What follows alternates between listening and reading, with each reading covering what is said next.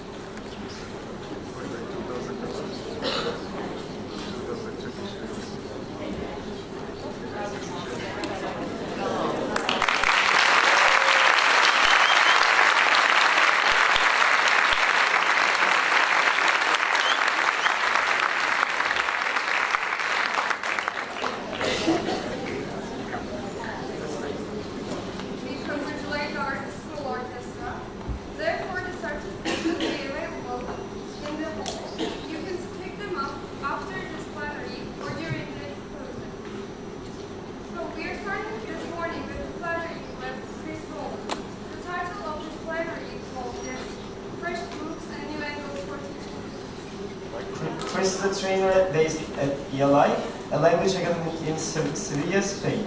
He works with teachers across a wide variety of contexts, at in-house level, as tutor on the Trinity certificate and diploma courses, and in conjunction with local education authorities. He has previously held posts with the British Council in Damascus and Barcelona. He is a regular speaker on the international conference circuit, and his first methodology book, Understanding Teenagers in the ELT Classroom, is now available from Pavilion Publishing and Media.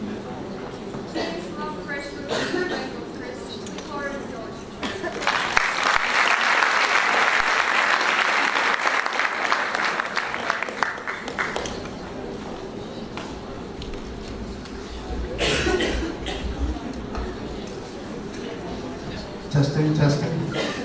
Can you hear me?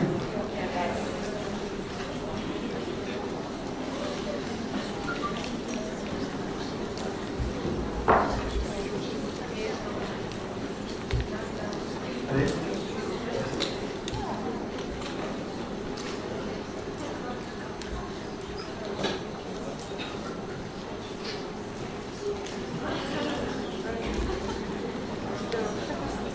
Morning to you all. Thanks for getting up. Thanks to the TED team, and also thanks to Ellie, who I work for in Seville, for giving me the space to be here. You sure you can hear me? Yeah. Okay, so what my plan is to show you, I know this is a plenary, but I thought I'd show you three sort of practical ideas to start with, and then talk about principles for teenage teaching, and then to finish off something that hopefully will motivate you a little bit. So first of all, I'd like to tell you a few stories.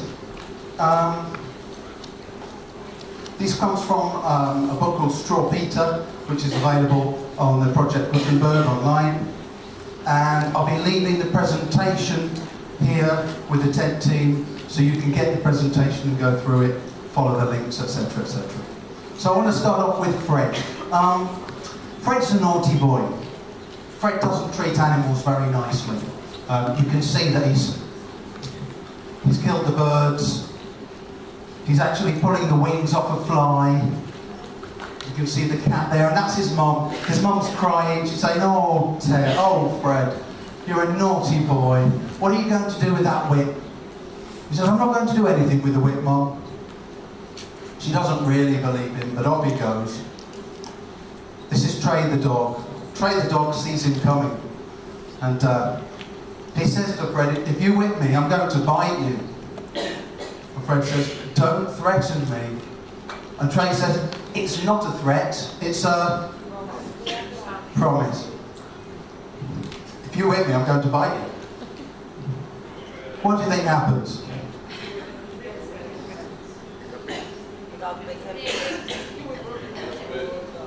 He gets bit. Off the dog runs. Unfortunately, Fred's leg goes a little bit green. The doctor has to come out. And while the doctor's out with Fred, the dog eats his dinner. Conrad has a terrible habit. His habit is sucking his thumb. His mum says, "Conrad, I'm going out to Calais 4. While I'm out, if you suck your thumb, something terrible will happen. The tailor, who's hiding in the wardrobe, will come out and chop your thumbs off." Probably not for your kindergarten teacher. Anyway, the moment she's out, the thumb goes in, the tailor comes out. Can I just draw your attention to the fact that both the tailor's feet are actually off the floor. So the level of leverage, and you can see the sort of the nerve reaction going up the arm here, and sort of, oh, where we go, and then down, travelling down the body, and the leg goes up, the leg goes up. That's the end of his thumbs. Pauline has been to 5 different schools in the last 5 years. Every time she's at a school, unfortunately, there's a fire. The cats say to Pauline, "If you play with matches, we're going to have a problem." She says, "I just want to strike one match."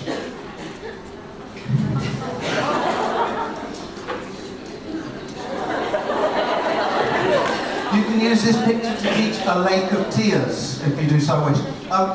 Casper is a big, strong boy. Casper's parents say, "Casper, eat your dinner. If you don't eat your dinner, you'll get thinner and thinner." Casper doesn't eat his dinner. You have to show this one with a certain sensitivity, depending on you know, who you've got in the room of your class. If you've got somebody who you know has an issue with eating, then probably not show this one. Casper, eat your dinner. If you don't eat your dinner, you'll get thinner. Does Casper eat his dinner? No. Casper, eat your dinner. If you don't eat your dinner, and then you're done. I first saw this story when I was 4 years old, and I used to read it backwards so that he got more healthy. So, what did the dog say to Conrad? If you... What did Conrad's mum say to him?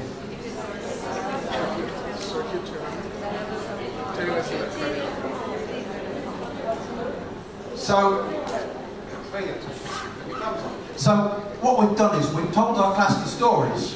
We haven't even mentioned the first conditional, but they've just seen 4 first conditionals.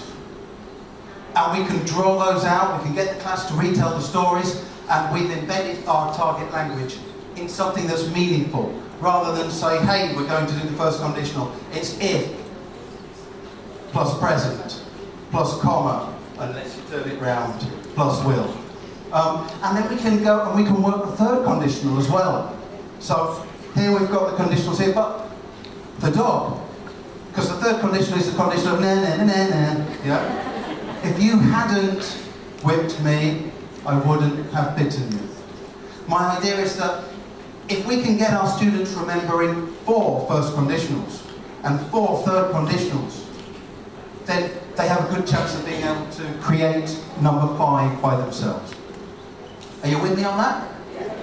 All right. We can bring that up to date if we want to. We could show our students fail videos. So there's a little girl and somebody throwing her a water bottle. We stop the video. If the little girl doesn't move, she's going to get hit in the... And we've got a first condition. She does get hit in the face. Yeah, I'm sorry.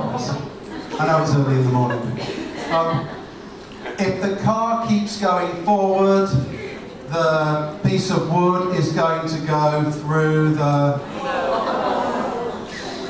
And again, we can use this to work the third conditional. Conditionals, they're out there everywhere, yeah? We just have to grab hold of them.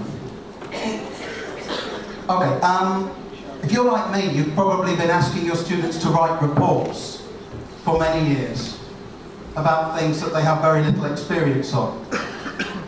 And even when you ask them to write a report about something that you think they do have experience of, maybe they can't think of the criteria. So you ask them to write a film review.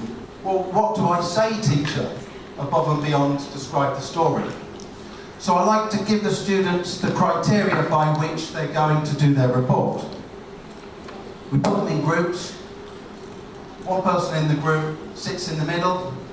They say the name of a film they're going to talk about, and everybody else in the group asks them a question using these parameters. And if we have lower levels, we grade the language by making sure that the criteria and the parameters are all in complete sentences. We can do the same for a restaurant or a cafe. If you ask them to review a restaurant, they probably haven't got that there. But if you give them the parameters, then immediately they're better off. And we can do this as a speaking activity to start with, and then we send them away to do the write-up, or they do the write-up as an in-class writing. And we can do the same with a website. They use websites every day, but again, we can help them by giving them the critical parameters by which they can evaluate these things. You with me so far? Now, the benefit that you guys have got is that your students come to English from somewhere else. You've got a whole environment to draw on. So instead of just saying, do a film review, we can ask them to review something they've just been doing. So they've all got school books. They've probably got lots of them. They could take any school book and review it. Is it heavy? Has it got pictures? Do I like it? Do I understand it? Their world is basically school books, isn't it, for various hours a day. So we can ask them to review, and it doesn't have to be an English book. They can review one of their science books. They can review one of their PE books. They can review a clip. And again, if you just ask them to review a clip, they'll probably just tell you about the story. So we can give them all these parameters to start with. They do it as a speaking, then they do the review. Maths. Review a maths problem. When did you first learn to do long division? When did you first learn trigonometry? How easy was it? Did the teacher have to explain it various times? Was it fun? Was there an exam? Did you use a calculator?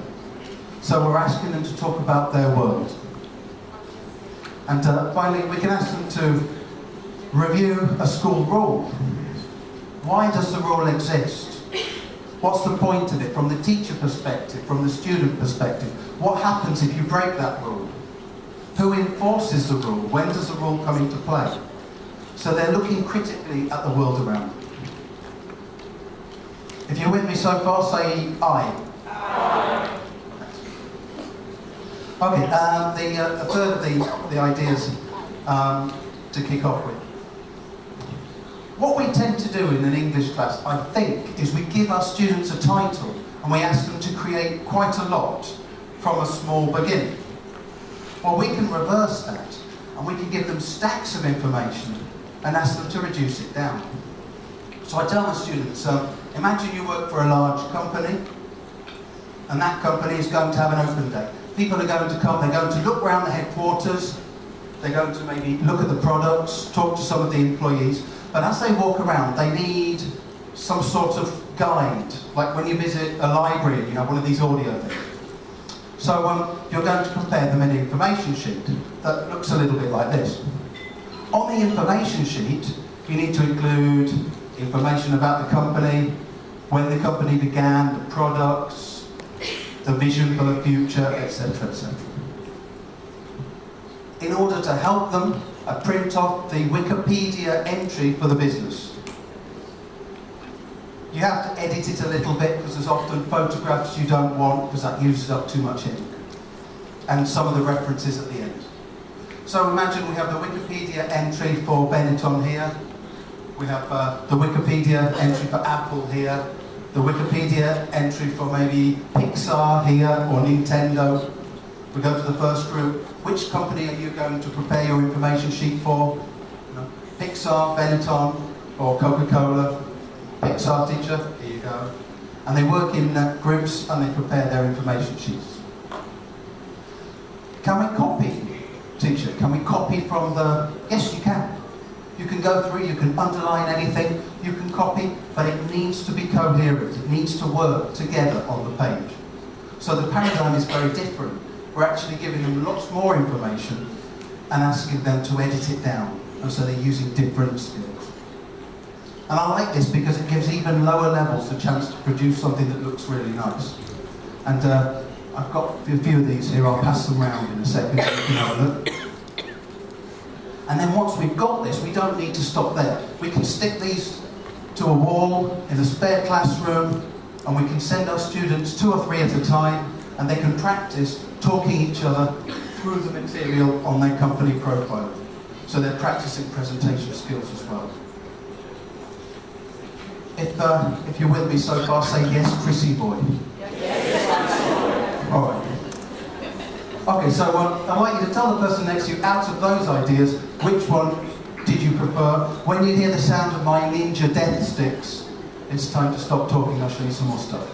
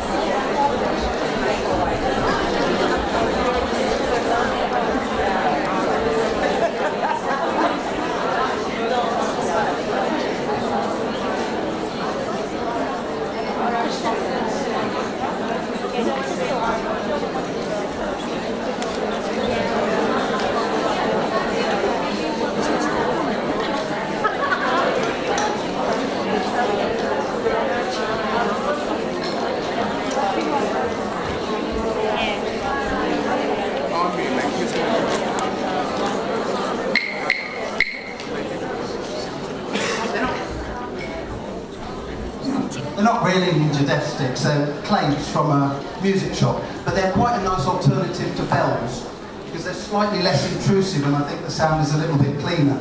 So if you're doing an activity whereby your students are speaking, then they're switching partners, a mingle activity, these are quite nice. You're very welcome to come up and have a play with these as well.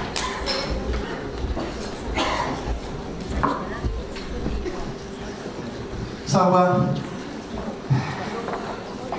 I'm in class and I've asked Alex to tell me what he did at the weekend. And as he's telling me, Miriam's talking. And I say, thank you, Miriam. Then I ask Alex's brother, Marcos, to tell me what he was doing last summer. And as he's speaking, Miriam's talking. I say, thank you, Miriam, but I'm sorry, I still love you, but you get this. And Miriam says, what is it? I say, I don't know. Bill me autumn. It just kind of came out. And Miriam looks, and she doesn't know what it is, and I haven't told her, but she knows that she doesn't want it. And I say, you give me 2 minutes without interrupting these guys, and I'll get rid of that. And Miriam says, okay. And she doesn't speak for the next 2 minutes, and I take it away. You don't have to let your students into your disciplinary procedures all the time, yeah? We can play on the edges of their conceptual horizons.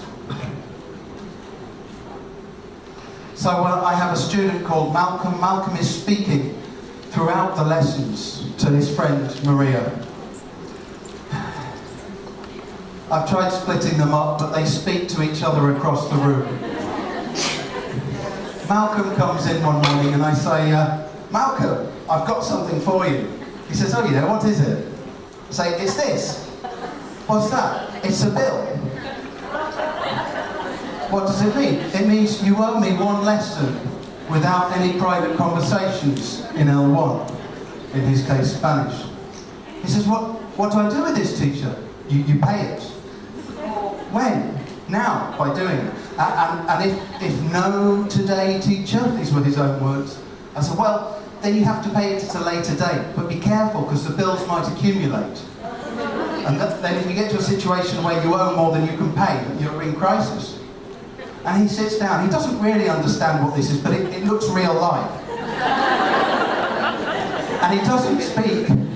He doesn't speak to Maria in the lesson. At the end he says, teacher, teacher, and this, very good, let me give you a receipt.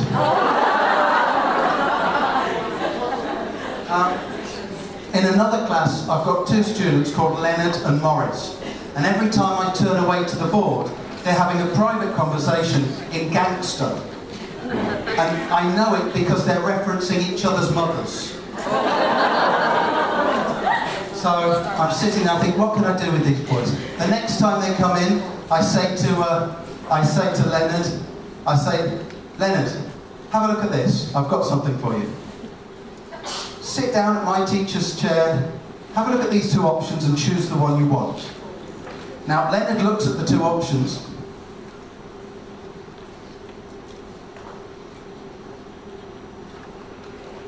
He says, what do you mean, teacher? I say, you tick the one you want and I'll give it to you on your report card, if you do it.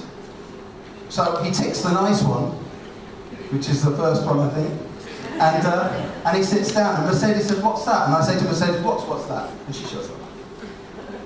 And then in comes Morris. I say, Morris, come have a look at this, I've got something for you. Morris looks at these. He can see the truth in the writing, in the first one. But he can also see there's a way out. He says, why this, teacher? And I reply to him in the voice of Darth Vader. I say, oh, because you can choose your own destiny, son.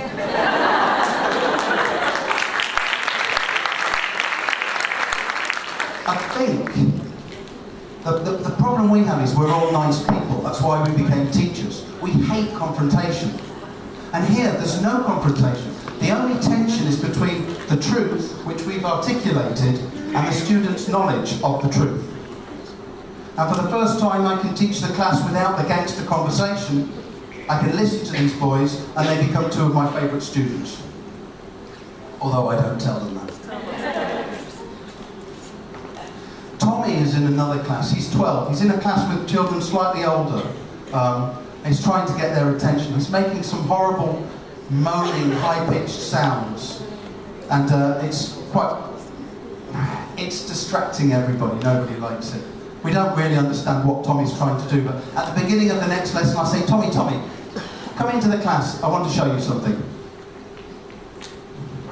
This is our PDF report card. This is a space for the comments.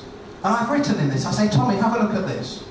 And I read them to him, and I'm writing in his first language so he can understand it, but it could be in English. And it says, Tommy is using some extreme language in class, mother, asterisk, and he's also making some sounds which are highly suggestive and have strong sexual connotations, which the teacher and classmates find distracting. Tommy goes white.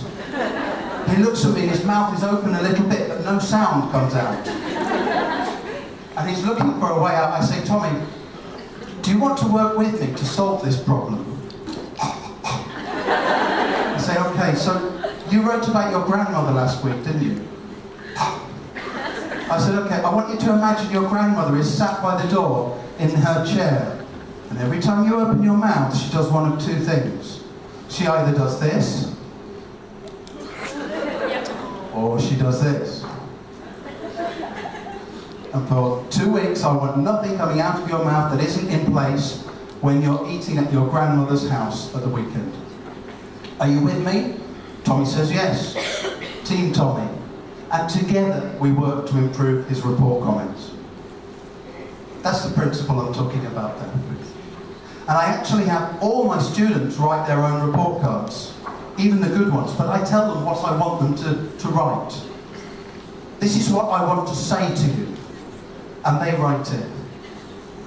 The reason I do that is because I think the report ultimately has to be a conversation between the teacher and the student. It's reconciliation. We have the parents in the middle, but they're reinforcing the conversation with the student.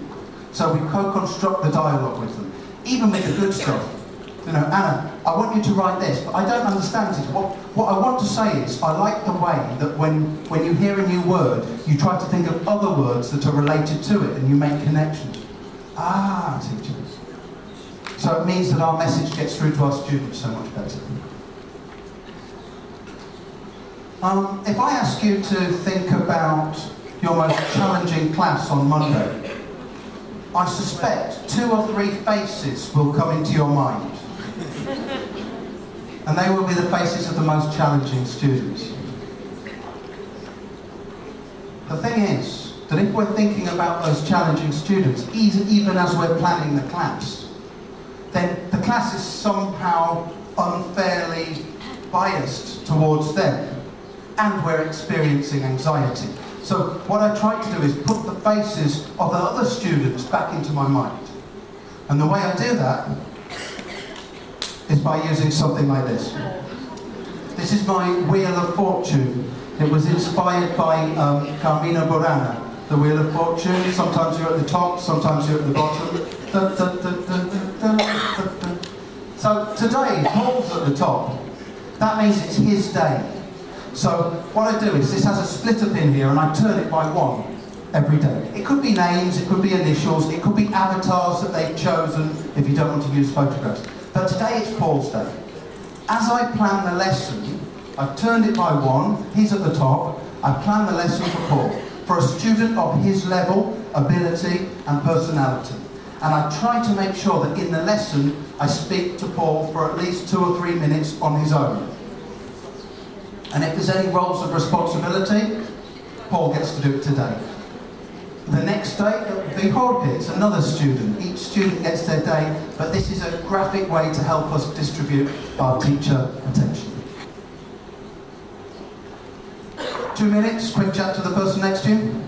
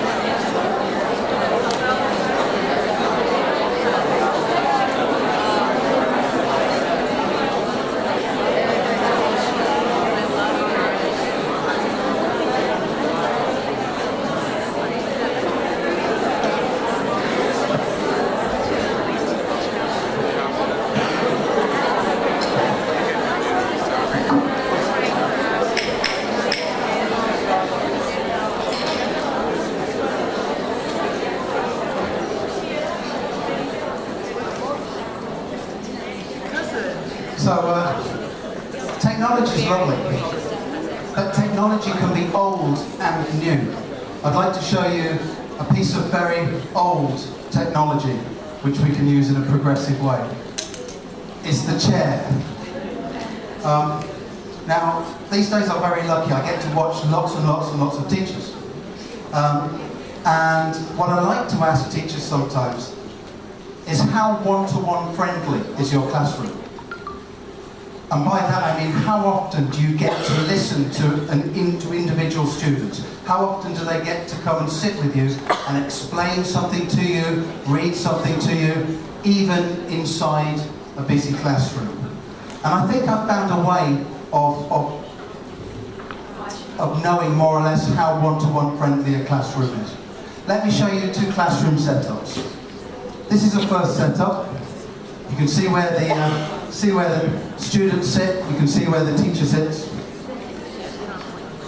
This is a second classroom setup. Can you see the difference? Now, in the first setup, if a student, one chair, thank you. If a student comes to talk to you and read you something in the first setup, and if they try to sit down, we enter into an uncomfortable situation whereby the student is falling through the air until they land on their body. Hello, what are you doing down there? In the second setup, I think the message is clear. That you have a legitimate place here, sat with your colleagues, but you also have a legitimate place sat here with the teacher explaining or having something explained. And I think you know, as a teacher, if you're walking around and you're trying to do this, you're not comfortable, or this. No? It's much better for the teacher to be comfortable so you can give the student enough time before, to clear up their doubt before they go and transition back to their seats. The thing that I can't help you with, I can't tell you where to get that extra chair from. Because Chrissy Boy shouldn't even have that in his classroom. I'll leave that one with you. I don't know if you can see that from here. This is a carton of apple juice. What's inside? Apple juice. If I were to take this carton of apple juice and pour it into a large glass jug and put some ice in there and bring it to you on a hot July day, you'd probably drink some, yeah? I heard someone say, I'll take it. If I took the contents of that carton of apple juice and poured it into a battered plastic bottle, and then I brought it to you. Hello, would you like some apple juice? I think your reaction would be slightly different, would it not? It's the same drink, it's just presented to you differently. So imagine we've asked the class to write about their weekend. We've given them a blank piece of paper. Well, not much to go on. If we put a title, at least there's a sense that this is the way things are meant to go. But look at the difference a few boxes make. Now they've got a place to write. And they've also got a little box where when they say, teacher, how do you say? We can write it in for them. And then they can integrate it themselves into the rest of their text. And finally, I've played a couple of little Jedi mind tricks. So you see, we've got a grey for official use only box. And we've got some number stuff going on up there. Teacher, is it evaluated? Everything you do is evaluated.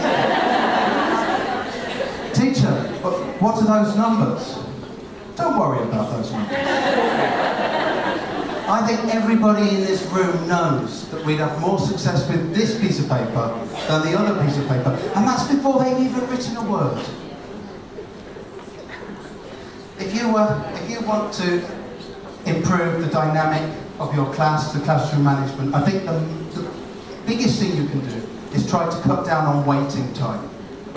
I mean, most of what we do on a daily basis involves waiting. So imagine, Margarita is doing an exercise, She's finished the exercise. She's waiting for her colleagues to finish. They've all finished. They're waiting for the teacher to realise they've finished. Now we're going over the answers. They're all waiting for their turn, apart from the student who's giving the answer. If we're talking to the class, like I'm talking to you, everybody is waiting. If we're talking to one student, everybody except one person is waiting. I mean, it's inevitable. But what we can do is try to cut down this as much as possible. One way that I like to do that is sometimes by putting the students in charge. So these are 3 students. They've prepared an hour-long lesson and they're giving that lesson. The way I set this up is on a certain day, I say to the students, you 3, 4, 5, you're going to teach page 27 on the 14th of this month. You guys are going to teach page, what were they teaching? Page 27. Okay, 28 I don't like. 29, you're going to be teaching page 29 on the 16th of this month. You guys are going to be teaching, they all get a group, they all get a page number, and they get the same hour to prepare their lesson. They can have the teacher's book, they can have the audios, they have to do me a lesson plan and decide who is going to say what, who's going to introduce each activity. Here they are, they get to explain the activities, they go over the answers, and they also get to evaluate their colleagues' performances. Teacher, do these performances go on the report? I say no, but your comments may influence my comments on your colleagues' reports. And they love deciding how they're going to evaluate each other. Now what happens when we pull back, when the teacher pulls back and stops talking? The students have room to talk. And so we get all that beautiful functional language coming out and all the negotiation that should be happening but sometimes doesn't. I've written an article just on that in ETP 107, and if you want I can send you a print copy of the same article. So as we're going through our working days, what we're going to hear is quite a lot of English that is not correct. You with me to a certain degree? And the problem is, because we work with this every day, we get used to it. And we start to wonder if it really makes any difference. There are some systematic errors that I myself, as a teacher in Spain, hear regularly. I walk it, wolved with a little bit of an L in there. I can to go, I can to swim.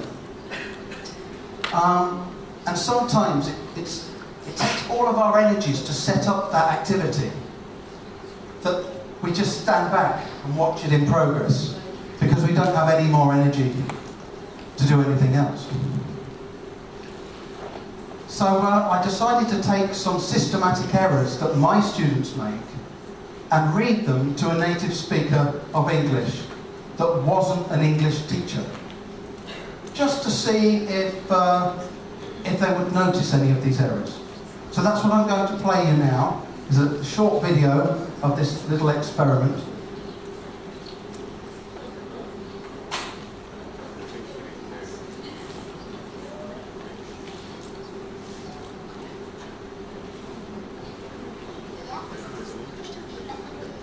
And can we have a bit of sound from the people there?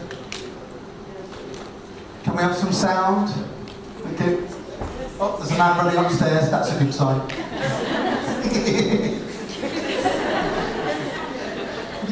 Yeah, he's there, he's on the case.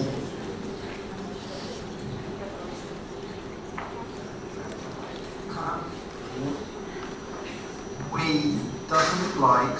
Bit more sound? Bit louder? You better believe that. Okay. Bit louder? Oh, that's close. We doesn't like spider.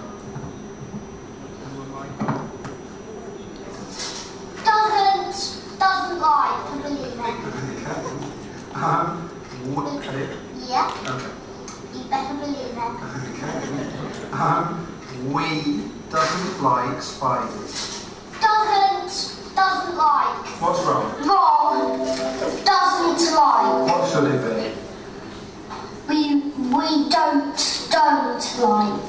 Thank you. Okay, ready for another? Alright. Mummy have got a car. Mummy have got a car. Not right. Okay. It's mummy has. Thank you very much. Okay. Are you ready for another one? You better believe it. Okay. Wool, do you like a cup of tea? Rolled. Is that bad? Yeah. Okay, Very. what's correct? Would you like a cup of tea? Okay, thank you very much. Ready for another? Okay. I can to swim. I can to swim. No, not right. Okay, why not? Because it's I can swim. Okay, thank you very much. Can, not I can.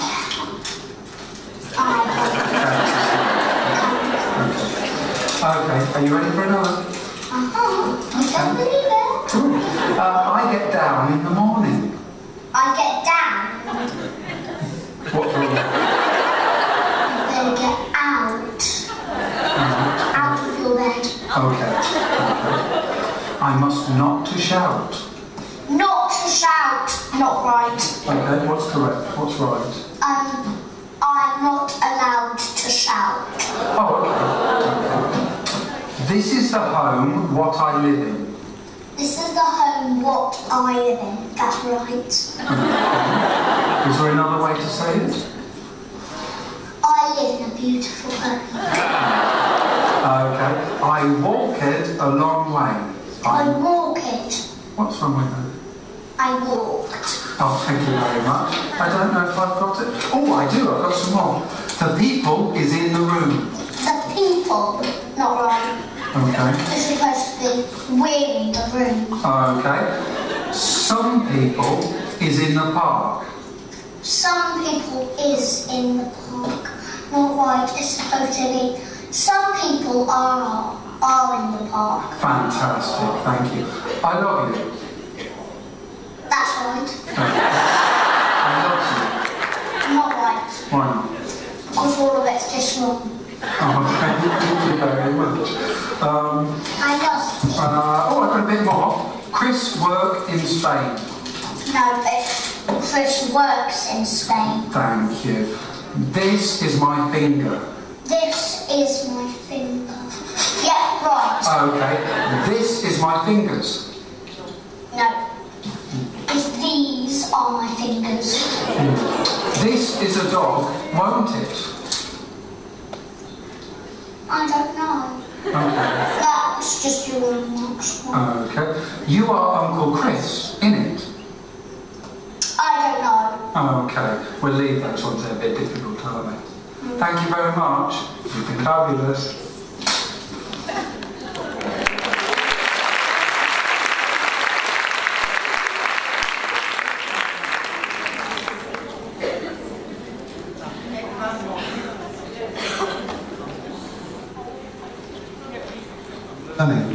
Little by little via PDF.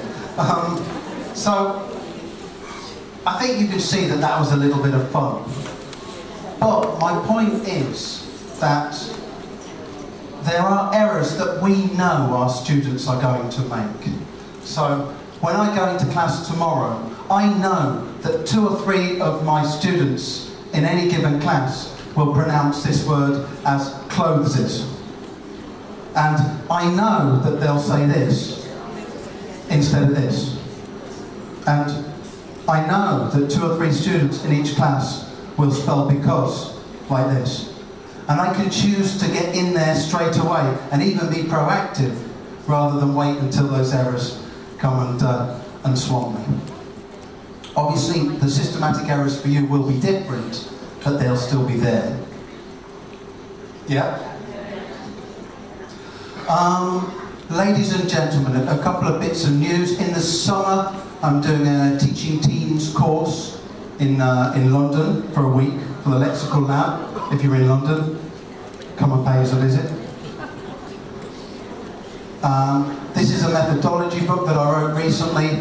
This is my Facebook and my Gmail. Please get in touch. It's been lovely talking to you. Thank you very much, and have a wonderful conference.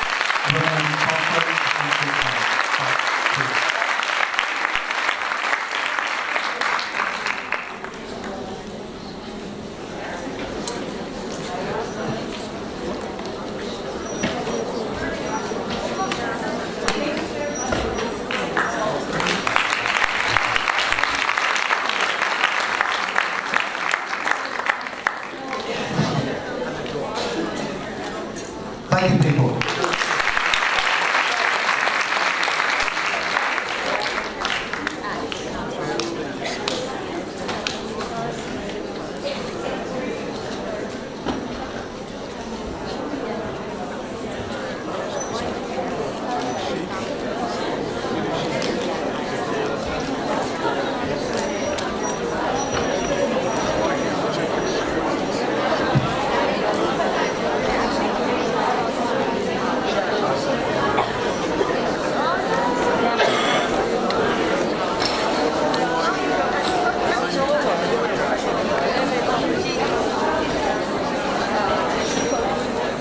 Are you going to Morelos?